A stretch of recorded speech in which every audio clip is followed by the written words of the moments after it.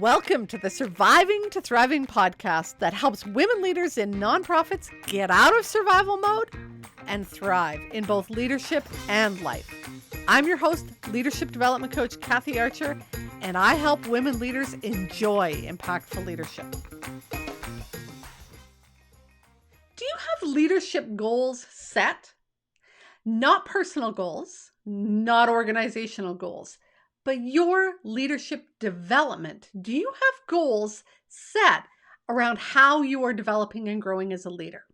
If not, stay tuned because I'm going to give you 3 strategies that are going to help you create some goals that are really specific to your leadership development growth. Why? Why is that so important? Because you, my dear, need to continue to grow and develop. That's what really makes you stand out as a leader, is when you are growing your skills, your capacity as a person who's in integrity, who is better able at managing your emotions, perhaps becoming an emotionally intelligent leader, staying composed. Perhaps you need to work on speaking or communicating or conflict resolution or sharing your voice at meetings more. Those are things maybe you're developing. And without some specific goals around them, they sort of sit in the peripheral. And if you're like a lot of leaders, you will have maybe a performance appraisal with some goals on it. Many of you haven't had a performance appraisal in a long time. Or you have goals, but they're, again, more organizational goals. You want to take your team and get through accreditation. You want to expand a program, something that's really more organizational. But this is really about you developing yourself. And when you start to do that, you will start to feel stronger, more confident, more capable, more composed. People around you will be more inclined to follow you and respect you and really lean into the leadership you're offering. Because again, this comes from this inner power, and that's what we're talking about. So I want you to think about, as you create some goals, what is it that you need to do to make these magical goals? And I'm going to give you these 3 strategies. The first one I want you to know is that we are teleological beings, but our targets are sometimes too big. So the first thing that you need to do is create short-term goal targets, 1 to 3 months. We are, as I record this, at the beginning of the year, and so often people will sit down and create, annual goals. That's fine. But I'm really talking about taking maybe those annual goals or just taking a look at what is it you want to develop, grow, learn in the next 1 to 3 months. In my course in the training library, Quarterly Goal Setting and Planning, I really walk you through how to do this. And one of the things that we look at is really about stopping and breaking these down more. And so the next 2 strategies really go a little bit more into that. So the first one is we're teleological, but break it down into 1 to 3 month goals. The second thing I want you to focus on that's really going to create your goals that magically change things in a way that you probably haven't experienced before is I want you to stop and think about, if I achieve this goal, if I change, grow, develop, get to this point, how will that make me feel? And how is that feeling different than what I'm feeling now? And I want you to stop and really think about the emotions, the feelings that you're aiming for. So if your goal is to become more organized, why? What's the point in getting a new day timer and, organizing your calendar and maybe setting it up in color coding, or getting a new file system or some project management software? What's the point? The point is maybe you will feel calmer. Maybe you'll feel more prepared. Perhaps you will feel more freedom to go at the end of your day because you feel more organized and know what to expect. Perhaps you will feel more organized in that things are segmented differently, so you can move between a meeting with the staff to the meeting with the board to some planning for the upcoming retreat, from moving from one thing to another with more ease, with less of that residue. Do you know how when you sit down and you go to work on a project and you're still thinking about that meeting that just happened, or you're like, I got to hurry up because I have to plan for this next thing? That's hard and it keeps you fragmented. So maybe the feeling that you're looking for is to be more chunked into compartments, where this compartment, I'm focused on this, set it down, put it aside, move to the next compartment, more organized. Perhaps you're looking to have more a goal around your relationships, so more engaged with your team, more supportive of your team. You want to coach them more, you want to help them reach their potential more. What's the feeling? Maybe the feeling you're looking for is pride. I want to feel proud of my team. I want to feel excited about their growth and development. I want to feel honored that I have these people on my team. I want to feel happy. I want to feel excited. I want to feel engaged. I want to feel supportive. What's the feeling? And so that's the second step. If I look at what I want to do in the next 1 to 3 months and what feeling do I want to create? So let's say it is around teamwork, and you really want to take your team and make them a more cohesive team. You want to be a stronger leader. You want to focus on teamwork. You want to build that group up. So in the next 1 to 3 months, so let's say 3 months, in the next 3 months, what might that look like? Well, it might look like our staff meetings have more conversation, less sort of me standing up at the front of the room or at the front of the Zoom call speaking, and more engagement and more freedom for ideas to flow. And maybe there's more acceptance when people push back and people are willing to engage in that conversation. Great. So that's the goal.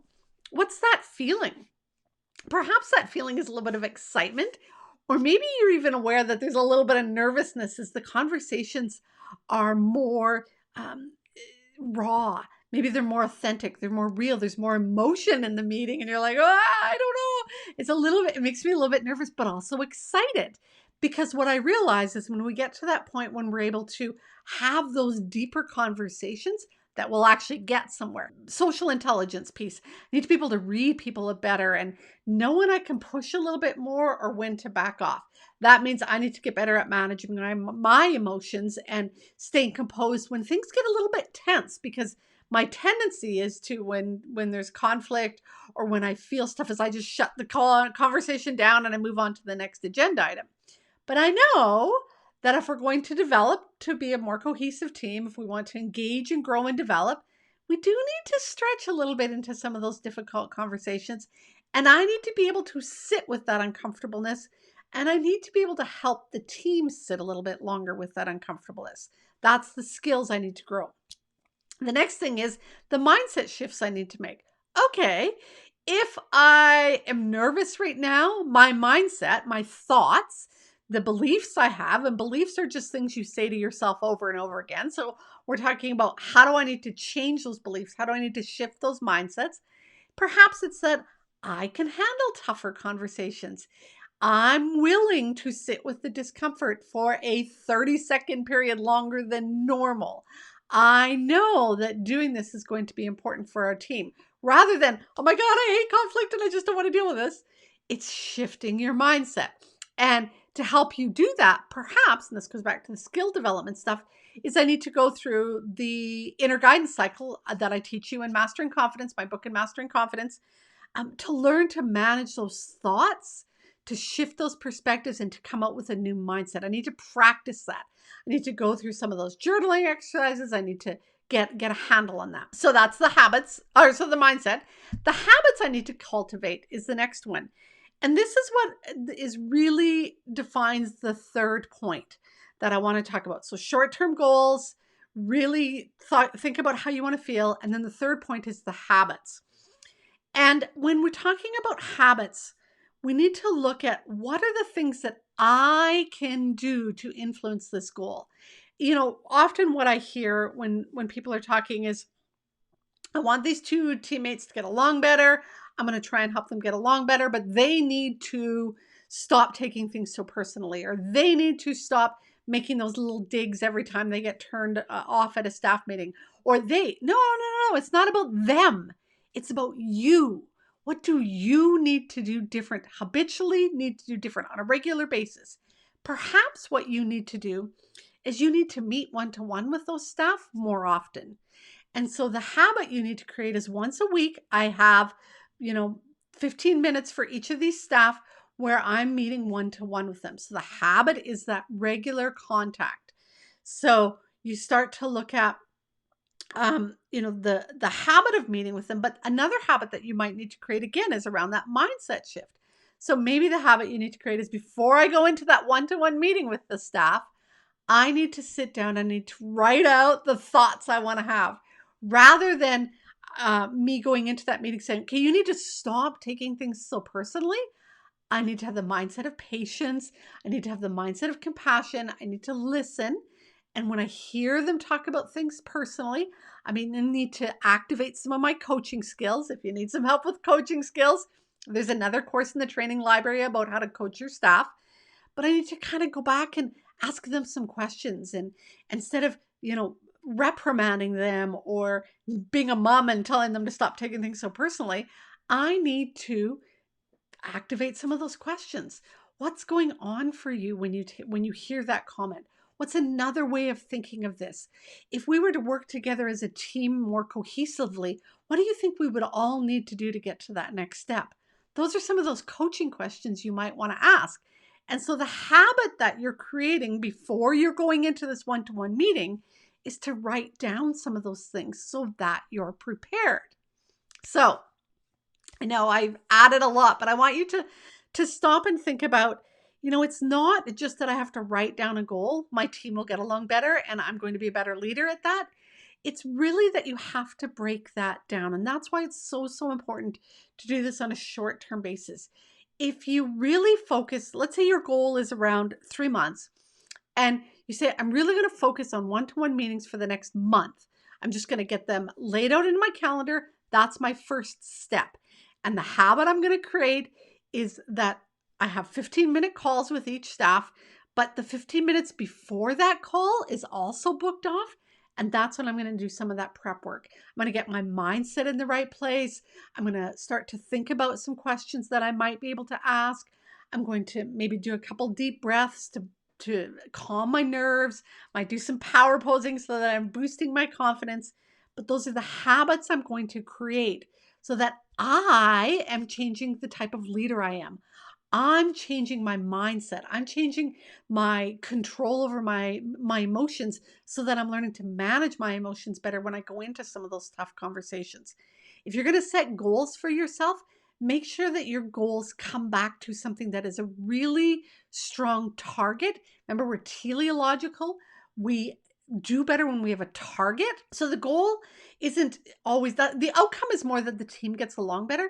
The goal might be something that you can really actively, I always tell people, create little boxes in your day timer, mark things on your calendar, create a spreadsheet. I just write things down in my little notebook, but something that you can tangibly tick off. Did I spend 15 minutes preparing for this meeting today? Yes. Tick, done. Did I schedule another meeting before the end of that call? Yes. Tick, done. Did I make some notes about my mindset before I went into that conversation? Tick, done. 3 out of 3. That's targets. That's what really activates that inner sort of desire for us to achieve things. So if you want to create these magical goals, break them down so that you have those specific targets, tick box, that you can say, I've done this, I've achieved this. One of the mistakes that we often make when we're setting goals is that we create projects instead of goals. David Allen, he kind of wrote the Bible around productivity. He really breaks down projects into action steps. And that's what really, when you're talking about goal attainment, you have to do. Over the year, I want to be a better leader. Over the next 3 months, I want to engage my team in conversations better. In the next month, I'm going to have one-to-one meetings with my staff. In the next week, I'm going to schedule a meeting with that staff and I'm going to schedule planning time. Break it down. I want to feel organized. I want to feel engaged. I want to feel supported. Focus on the feeling and really do the work to break down your goals, focus on the feeling, and then really work on the habits, mostly around mindset, that you need to create to make this happen. When you do that work, my dear, you're really going to start to create magical goals that you can achieve. Again, if you need some help, I'll put the links in below for the webinar in the training library that I really break down the steps to create those goals. And the training library is my membership site where there's ongoing training and development and courses. But in there's also courses and webinars around really looking at how to create the curriculum that you then need to focus on to achieve your goal. I think sometimes as leaders, one of the things that we do is we've been so trained and so used to taking courses, and I'm going to register for this course. I'm going to work through these units. I'm going to complete it, and then la la la, I'm going to be all good. And that's not always the way it works. What we now have to do as leaders, because we're at a different stage, is really focus on, what do I need to learn? I've taken the course of conflict resolution. I've done that work. Why am I not applying it? And so then you need to come back and start to look at developing your own curriculum. What do I need to do? What do I need to learn? I need to understand my mindset better. I need to understand my thoughts better. I need to understand my emotions better. I need to understand why I get triggered by this, and start to look at some of that stuff. And that's where that curriculum can help you. Maybe you've taken a course, but again, you've struggled to apply it. David Allen, like I said, does a whole, his book is around organization. And, you know, when we think about something that we've done, we often haven't applied it. I've taken the course, read the book, but I haven't actually done the work. And that's where really sitting down and creating your goals, so that you look at, now what? Now what do I do on a daily basis to achieve this goal? You can't set a goal and leave it for 3 months or 6 months and then go, okay, I'm going to, finish it. I often use the analogy of, if you want to be a good parent, you cannot wait till your kid is 17 and a half to start being a good parent. Doesn't work that way. You have to be that good parent on a day-to-day basis. And that's what's going to take you from creating these goals that maybe you achieve but are sort of more out there, to really strong goals that really help you be a better leader, a more authentic leader, a more confident leader, a more composed leader, is when you take and you create magical goals. And those magical goals happen when you make them short term, you focus on feelings, and you really create the habits that you need to create to make those habits those goals an activated, ongoing thing that you are doing on a regular basis. And that's, my dear, what's going to move you from surviving to thriving in both your leadership and your life. Go make the rest of your day awesome, my dear. If you found today's episode helpful, then you are going to love the training library. Many women leaders in nonprofits wish that they had a coach or a mentor to help them, but they don't believe that they or their organization can afford it. Oh, but you can. Inside of the Training Library membership site, you will not only get access to affordable and easily accessible ongoing personal and professional development training, you will also have access to a leadership coach at your fingertips. That way, when you hit those inevitable challenges that leadership will bring your way, you'll have both the resources and the support to navigate your way through them with confidence, composure, and while keeping your integrity intact. To find out more, head to kathyarcher.com/library. If you are enjoying the show, I'd love it if you could leave me a comment or a review on iTunes or wherever you listen to your podcasts. Thanks for listening. Go make the rest of your day awesome.